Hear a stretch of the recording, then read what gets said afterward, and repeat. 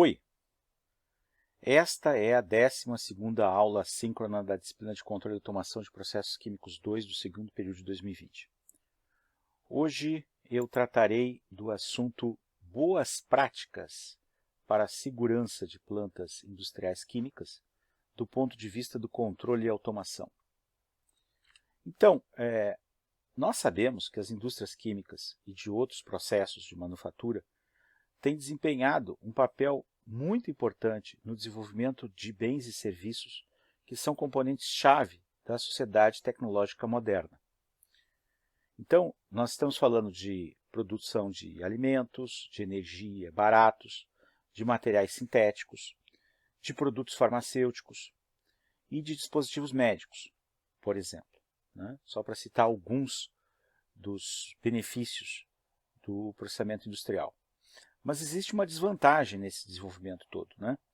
Que essas plantas industriais são sistemas muito complexos que lidam com materiais perigosos e criam situações potencialmente de risco, né? Muitas questões têm recebido maior atenção como resultado do quê? Do aumento da conscientização pública sobre esses riscos. Além disso, nós temos requisitos legais mais rigorosos, e o aumento da complexidade de modernas plantas industriais faz com que haja cada vez mais a necessidade de que a gente aborde essa questão de riscos, né? Então, os engenheiros químicos têm um papel especial a desempenhar na garantia da segurança de processos, né? Conforme Turton, né, e colaboradores que observaram, o profissional com melhor conhecimento de riscos é o engenheiro químico, né? Por quê? Porque ele tem conhecimento sobre os perigos associados com a operação e processamento de produtos químicos. Então, é uma responsabilidade do engenheiro químico comunicar esses riscos aos seus empregadores, aos funcionários, aos colegas, aos clientes e ao público em geral. Bom, o Instituto Americano dos Engenheiros Químicos, o AIC, né, no seu código de ética, que está disponível na internet, inclusive, afirma que a primeira responsabilidade dos engenheiros químicos é manter a prioridade da segurança, saúde e bem-estar do público no desempenho de suas funções profissionais. Então a gente precisa ter esse conhecimento a respeito de segurança e de riscos. Mas aqui eu vou abordar essa questão sob o ponto de vista da automação e do controle, não sob o ponto de vista das técnicas de análise de risco. São dois pontos de vista que são complementares, tá certo? Muitas das coisas que eu vou falar aqui são faladas em análise de riscos, tá certo? E algumas coisas que eu vou falar aqui não são faladas em análise de risco, né? Então, a segurança do processo ela é considerada em vários estágios durante o desenvolvimento e a operação de unidades químicas. Começa com uma análise de segurança realizada durante o projeto preliminar do processo, né? Isso aí está associado, por exemplo, ao levantamento das, em português, FISPIC, né? Ficha de Informação sobre Produto Químico, em inglês, né? Material Safety Data Sheets, MSDS, né? Além de levantar essas fichas, é importante que se identifique já quais são os maiores riscos associados às substâncias químicas, já no projeto preliminar, tá certo? Depois disso, uma revisão muito criteriosa de segurança é conduzida durante a fase final de projeto, né? E aí o que acontece? Vão se usar técnicas, que são as técnicas que se aprende em análise de riscos, como o RASOP, por exemplo, que é o estudo de operabilidade e perigo, análise de modo de falha e de efeito, e as análises de árvore de falha, né? Essas técnicas são técnicas apropriadas para situações em que tanto se tem uma planta nova quanto se tem uma planta que seja uma planta que já esteja operando, tá certo? São técnicas que são aprendidas em análise de risco. Bom, como eu já falei, né, depois que ocorre o início da operação da planta, os estudos de RASOP são realizados periodicamente. a fim de identificar e eliminar riscos potenciais, né? Muitas empresas também exigem que qualquer mudança que seja proposta na planta ou de condições operacionais requeira aprovação formal por meio do gerenciamento de mudanças, em inglês MOC, Management of Change, processo que considera o impacto potencial da mudança na segurança, no meio ambiente e na saúde dos trabalhadores e das comunidades vizinhas. Tá certo? Além disso tudo, nós temos os órgãos de fiscalização, tanto do ponto de vista da segurança do trabalho, quanto do ponto de vista ambiental. Tá certo? Então, esse é um assunto bastante complexo e eu não teria tempo aqui para abordá-lo. Eu vou me preocupar com a questão da automação associada à segurança. Tá certo? Bom, vamos parar para pensar. Se nós levantarmos os dados, e esses dados são do livro do Cyborg, tá? Da taxa de falha de componentes selecionados, de alguns componentes selecionados, tá certo?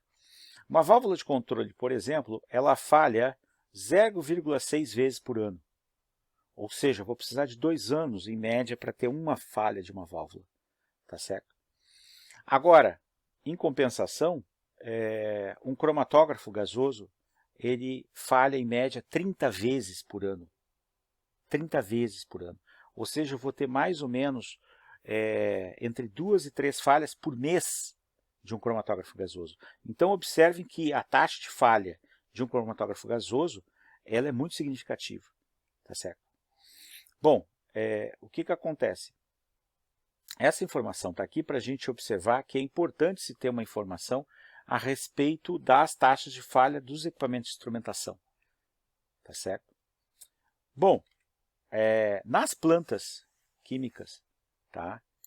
Nessa figura 1 aqui, é comum se usar esse princípio de múltiplas camadas de segurança. Então, no nível mais interno aqui, eu tenho a planta, tá certo? E as malhas de controle, no nível de chão de fábrica, que a gente diz, elas estão situadas na camada mais próxima do processo. Então, essa camada funciona como se fosse uma camada de proteção. Tá? Então, cada camada de proteção consiste de um grupamento de ações, sejam de equipamentos ou ações humanas, que são mostradas em sequência de ativação. Então, essa sequência dessas camadas, de dentro para fora, elas estão em sequência de ativação. Então, depois desse sistema básico de controle, o que a gente vai ter? A gente vai ter os alarmes críticos, a supervisão dos operadores e a intervenção manual. Se caso isso falhe, nós vamos ter a ação do chamado sistema SIS, que eu vou explicar daqui a pouco o que é o intertravamento, tá certo? Que é o sistema de intertravamento de segurança. Ou o sistema de shutdown, que é o ESD, que é o sistema de shutdown de emergência, tá certo?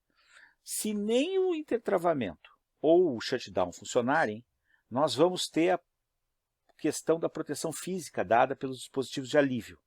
Então, os dispositivos de alívio, eles já estão no nível, né, em que o intertravamento ou o shutdown já falharam. Além do intertravamento, além do shutdown, além dos sistemas dispositivos de alívio, a gente tem o sistema de proteção por DICS, se a gente tiver a questão dos líquidos. E, no caso de necessidade, nós temos o sistema de resposta de emergência da unidade da planta própria, bem como o sistema de resposta de emergência comunitário. Esse sistema aqui é o sistema que o conjunto de empresas, né, da região se organiza para ter um conjunto, uma forma de atacar ou de agir quando ocorrer sinistros que sejam importantes nas unidades. Então, isso aqui é uma forma é o chamado plano de ação, plano de ajuda mútua, ou plano de ação mútua, tá certo? Plano de ação mútua, né? Bom, vamos falar um pouco a respeito das camadas de dentro para fora, né? Então, No nível de automação e controle das malhas individuais, o que nós temos? Nós temos o Basic Process Control System, a sigla BPCS, que normalmente é dotado de 2 níveis de alarmes e supervisão, de operador ou intervenção. O alarme indica que a medida excedeu um limite especificado e que pode requerer a ação do operador. Então, esse é o sistema que está associado com o controle. Então, o sistema de controle, além de manter o set point, ele também dispara alarmes. Tá?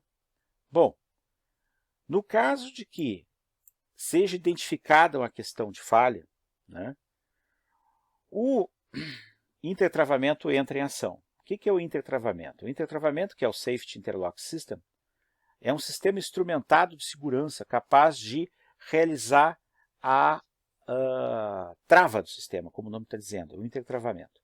Tá certo? Além disso, também se pode ter um shutdown de emergência, através do sistema ESD. Tá? Então, SIS é o sistema de intertravamento de segurança e ESD é o sistema de shutdown, tá? O sistema de parada de emergência. O SIS automaticamente toma ações corretivas quando as camadas de processo e do BPCS são incapazes de lidar com a emergência. Por exemplo, o SIS pode automaticamente desligar a bomba de um reator de alimentação do reator após o alarme de temperatura para esse reator. Tá? Discos de ruptura e válvulas de alívio também propiciam a proteção física. De que jeito? Né? Através de permitir a ventilação do gás ou de vapor para se ocorrer uma sobrepressão numa linha, por exemplo, ou num vaso. Tá? E se a gente estiver trabalhando com combustíveis, destinar, em vez de destinar para ventilação, destinar para flare esse combustível para ele ser queimado. Né? Bom, o intertravamento, tá? Ele serve como sistema de backup de emergência para o sistema básico de controle. Tá? Então, esse sistema ele automaticamente ele opera quando uma variável de processo crítica excede um limite especificado de alarme que define a região operacional permitida. Isso pode ser disparar ou parar uma bomba ou realizar o shutdown. O SIS deve funcionar independentemente do BPS, isso é importante. Então a gente precisa ter redundância. Redundância, ou seja, os dois têm que ser independentes. Inclusive, sendo isolados fisicamente e tendo seus próprios sensores e seus próprios atuadores. Eu não posso usar os mesmos sensores e atuadores do sistema de controle no sistema de intertravamento. O sistema de intertravamento é uma redundância da planta. Bom, o objetivo, então, do intertravamento é o de prover a segurança para o pessoal e os equipamentos de processo. Para realizar isso, ele causa automaticamente ou manualmente um conjunto previsível de operações quando os limites forem excedidos. Ou houver falha nos equipamentos mecânicos e elétricos, ou a energia de alimentação cair, né? Ou os instrumentos falharem individualmente ou em combinação. O intertravamento ele é usado para se sobrepor ao controle de processo. Então eu não posso usar o intertravamento como ferramenta de automação e controle. Não adianta eu ter por exemplo, disjuntor na minha residência e ficar ligando e desligando o meu chuveiro nele. Tá certo? Ele perdeu a função dele, se eu estou fazendo isso. Tá certo?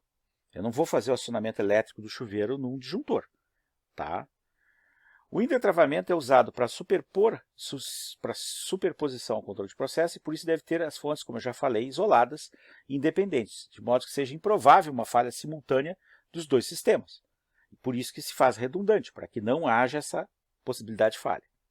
Tá? Bom, então vamos dar um exemplo. Né? Esse exemplo é o exemplo do livro do Cyborg. Tá? O que a gente tem? A gente tem um tanque de armazenagem de líquido, tá certo? E aqui eu tenho o quê?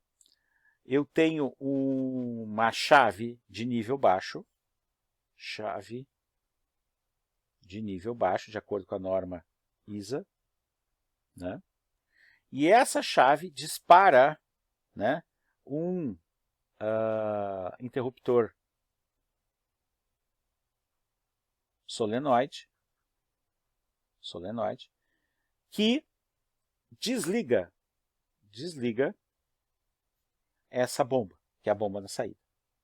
Então, esse é o sistema de controle de nível do tanque? Não, não é. Esse sistema é o sistema que está em paralelo com o sistema de controle, tá certo?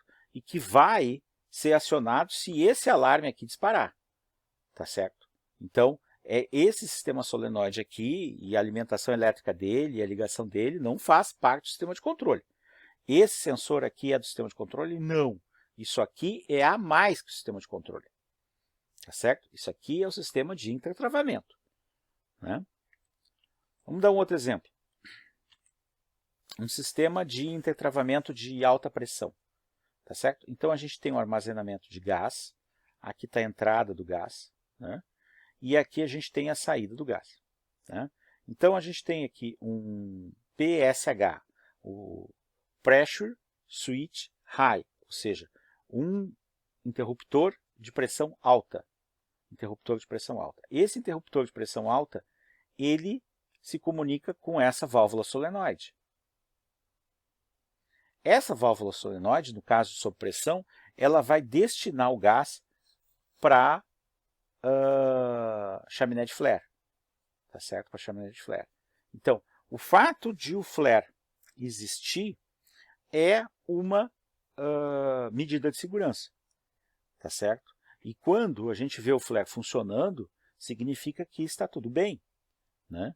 O perigo pode ser quando o flare parar, porque se o flare parar, a unidade não pode estar funcionando com o flare desligado, porque eu não vou ter para onde destinar os combustíveis que, porventura, se acumularem e eu tiver que destiná-los ao flare por medida de segurança, né? Bom, o que é um alarme? Um alarme é um processo de sinalização da existência de uma condição anormal. Essa sinalização pode ser de uma mudança discreta sonora ou visível, ou ambas, com a intenção de chamar a atenção e solicitar uma ação do operador em um intervalo de tempo determinado. Então, o alarme tem como intuito chamar a atenção do operador. Então, o projeto e a escolha dos alarmes é uma coisa importante, é muito importante. Eu vou falar isso mais tarde, né? Bom, então, quando a gente fala em gráficos de controle estatístico, né, é comum a gente ter o acompanhamento monovariável através do valor próximo ao valor desejado, que é o set point. E a gente define uma região onde o controle automático vai operar. Então, se a variável que eu estou acompanhando, a variável controlada, estiver nessa faixa aqui, tudo bem. Eu não vou ter o disparo do alarme de alto, alarme alto, ou o disparo de alarme baixo. Tá certo? No momento em que ocorrer o disparo, é necessária a intervenção humana, né? Essa intervenção humana se faz devido à necessidade de interpretação do que está ocorrendo. Tá certo? Mesmo que eu tenha sistemas automáticos de detecção de falha, o operador humano vai participar do processo. Mas pode acontecer que isso não ocorra. Nesse caso, né, o intertravamento funciona se o operador humano não tomar a decisão e a variável continuar ou baixando ou subindo seu valor. E aí o que vai acontecer? Nós vamos poder desligar por valor muito baixo ou desligar por valor muito alto. Então é assim que funciona. Nós temos uma região de operação normal, nós temos uma região de operação manual, com alarme ligado, e se passar do limite para intertravamento, o sistema entra em shutdown parcial ou total. É isso que acontece. Bom, os tipos de alarmes. Nós temos vários tipos de alarmes. Tá? O tipo 1, que é um alarme de status de equipamento, que é uma coisa mais fácil de a gente compreender. Se a gente tiver uma bomba, ela pode estar ligada ou pode estar desligada, né? Se a gente tiver um motor, ele pode estar rodando ou não, pode estar parado, né? Então, esse tipo de alarme, o alarme 1, é mais fácil de entender, ele está associado a um equipamento, né? O tipo 2 também é fácil de entender. Porque é um alarme de medida anormal, tá certo? E isso significa que aquela medida está fora dos limites especificados, tá? O alarme do tipo 3, ele é mais complicadinho de entender um pouco, né? Então, como é que funciona? É um interruptor de alarme sem sensor próprio. Ou seja, quando eu não preciso saber o valor real da variável, apenas se ela está acima ou abaixo de um limite especificado. Então, o que isso significa? Isso significa que, quando a variável passou do limite, eu tenho só uma chave de liga e desliga o interruptor de alarme que usa o sensor de controle, sem sensor próprio. Esse é o tipo de alarme 3. O melhor é usar o tipo de alarme 4, que é um sensor de alarme com seu próprio sensor. Um interruptor de alarme com seu próprio sensor. Ou seja, eu tenho um switch, eu tenho um interruptor que vai disparar o intertravamento, por exemplo, e ele tem um sensor próprio. Então ele vai funcionar como um backup de segurança no caso de falha no sensor normal. Tá certo? Então ele pode operar junto com o alarme 2. Então eu posso ter o alarme 2 junto com o alarme 4. Tá certo? Porque o alarme 2 é o alarme de medida normal, pode significar que o sensor, por exemplo, deu defeito, né? E o alarme 4 já vai me disparar porque o interruptor vai funcionar. O tipo 5 é o que a gente não quer que ocorra, é o alarme de shutdown automático, ou seja, ele vai partir, desligar ou vai partir automaticamente, o alarme de startup, tá certo? Pode acontecer que em determinadas unidades me seja interessante eu disparar, por exemplo, o início de funcionamento de um equipamento por uma questão de segurança, o contrário do shutdown, né? Bom, os operadores, eles são de suma importância para reconhecer as situações que acontecem nas várias unidades, tá certo? A gente precisa valorizar e muito o conhecimento dos operadores que são especialistas no processo, tá certo? Então, esses operadores, em geral, a literatura fala que eles têm reclamações que são comuns. Então, por exemplo, uma delas, a inadequada precisão de informação temporal, ou seja, a falta de conhecimento da sequência de alarmes verdadeiros. Muitas vezes, as unidades elas não têm esse tipo de registro de informação. Tá? Qual foi a sequência que os alarmes ocorreram. Tá? Além disso, né, os operadores eles reclamam do excessivo número de alarmes falsos. Excessivo número de alarmes falsos. Isso aqui está associado a quê? Isso aqui está associado a uma dificuldade para tratamento de outliers. Dificuldade para tratamento matemático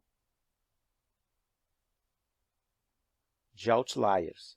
O que são os outliers? Os outliers são aqueles pontos fora da curva, tá certo? Então, o sistema automático, né, ele precisa acompanhar a média de desvio padrão e ter uma previsão se aquele ponto ele é um ponto que é um alarme verdadeiro ou um alarme falso. É isso que os operadores relatam como dificuldade, essa dificuldade de saber se aquele alarme ele era verdadeiro e aí dispara o alarme sempre vai ser falso. Né? Uma outra reclamação, inadequada antecipação dos distúrbios no processo. Ou seja, se os sistemas de controle forem mais inteligentes, eles vão ser capazes de determinar com antecedência as perturbações. Tá certo? Uma outra reclamação é a falta de análise em tempo real de causa raiz. Tá certo? Então, o que acontece? Alarmes baseados em sintomas, né, eles são mais difíceis, porque eles envolvem o gerenciamento desse conhecimento qualitativo e empírico. Tá certo? Bom, Uma outra coisa é a falta de distinção entre as falhas nos instrumentos, né, e verdadeiros desvios nos processos. Ou seja, pode acontecer que se tenha um alarme, e esse alarme está associado a um alarme em um equipamento, mas não sabe se a falha é do sensor ou do equipamento. Tá certo? Se é no instrumento de medição ou se é do equipamento. Então, às vezes, tem essa confusão entre esses dois tipos de falha, né? Falta de ferramentas adequadas para medição, acompanhamento e acesso aos registros passados de situações anormais. Então, a questão da documentação, né, do acesso às informações, ela é muito importante. Isso faz parte dos sistemas que são vendidos pelas empresas de automação para operação de plantas industriais.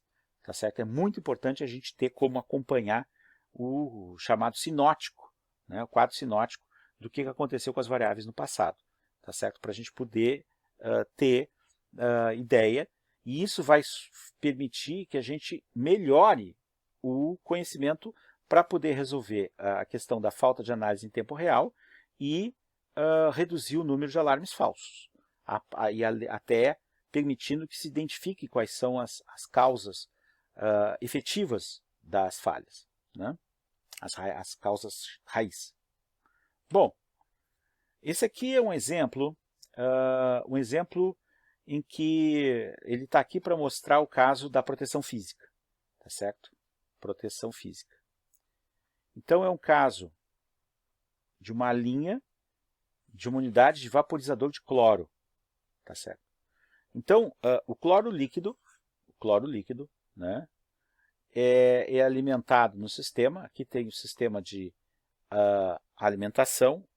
Esse sistema é um sistema que vai usar vapor d'água para aquecer esse cloro líquido, né?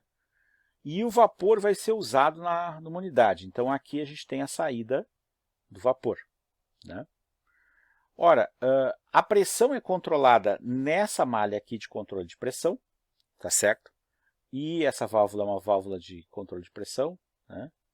Vai atuar sobre a vazão aqui, regulando a pressão no sistema. E nós temos duas válvulas que vão proporcionar o que se chama de controle razão. Esse controle razão aqui vai permitir que determinada quantidade de cloro líquido seja aquecida por uma determinada quantidade de vapor d'água. O sistema de vapor, por sua vez, aqui eu tenho uma serpentina que passa dentro do tubo, dentro do vaso, é um drum, um vaso, e aqui a gente tem um dreno. Esse aqui é o dreno, tá? Um dreno de condensado. E aqui eu tenho a válvula, né, que vai liberar o vapor para sair, e aqui eu tenho um dreno de líquido. Tá? Então, aqui eu não tenho condensação total do vapor que foi usado. No caso de uma sobrepressão, qual é o sistema redundante, além dos sistemas de controle de pressão, que eu tenho? Eu tenho o sistema de alívio. Está aqui o sistema de alívio com a sua representação, o sistema de alívio. Tá certo? O sistema de alívio. Tá? Esse sistema de alívio ele vai ser regulado para, em uma determinada pressão, ele abrir e destinar isso aqui, muito provavelmente, né, para ser ou borbulhado em água, tá? Ou outro destino, como não vai ser destilação, não vai ser vente, não vai ser ventilação, tá? Por quê? Por causa que cloro é extremamente tóxico. Então, isso aqui ou vai para um outro vaso, né? Um sistema de vasos em série, ou vai ser absorvido quimicamente, né? Numa substância alcalina. Tá? Vai ser absorvido quimicamente num vaso que vai estar cheio de líquido. Tá? Por quê? Porque eu não posso mandar esse conteúdo para ventilação. Tá? Vamos adiante. Bom, como que funciona a válvula de alívio? A válvula de alívio, tá? Ela tem uma regulagem aqui para uma mola. Né? A gente tem uma mola, essa mola aqui regula o limiar de pressão Aqui o sistema de trim, né? Trim é o sistema, é como se chama o bloqueio da válvula e o assento da válvula. Esse trim aqui eu tenho assento. Essa peça, ela na realidade, ela fica aqui bloqueando aqui. Em determinada pressão, ela abre, né? E nós vamos ter a passagem nesse sentido aqui dos vapores. Tá certo? Aqui, ó, a gente tem uma foto de como é uma válvula instalada. Tá certo? Essa válvula, no caso aqui, o sistema ele vai disparar para cá. Tá? Então, muito provavelmente a substância que está aqui dentro não é uma substância tóxica.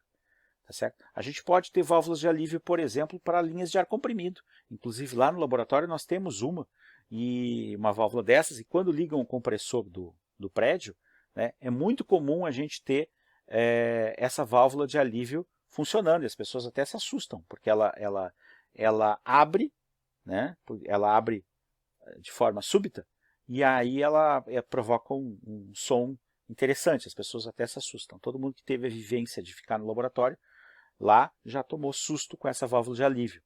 Tá? Bom, nessa nossa aula de hoje eu usei material do livro do Cyborg. Tá?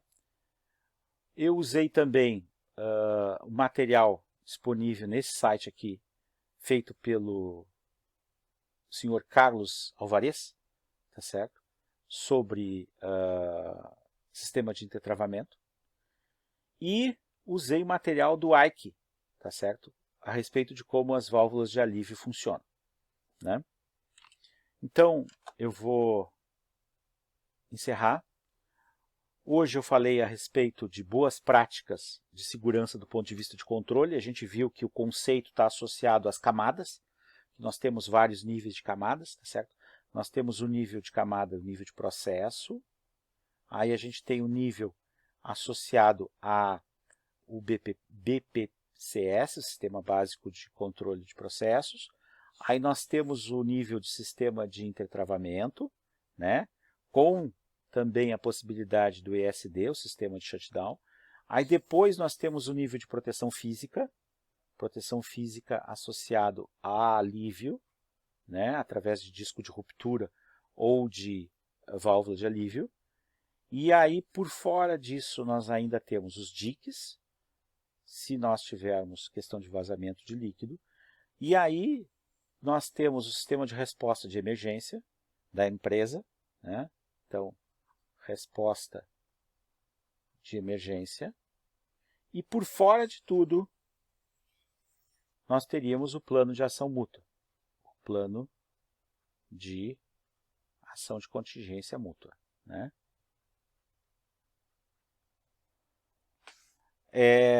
Agradeço muito quem me acompanhou até aqui, tá certo?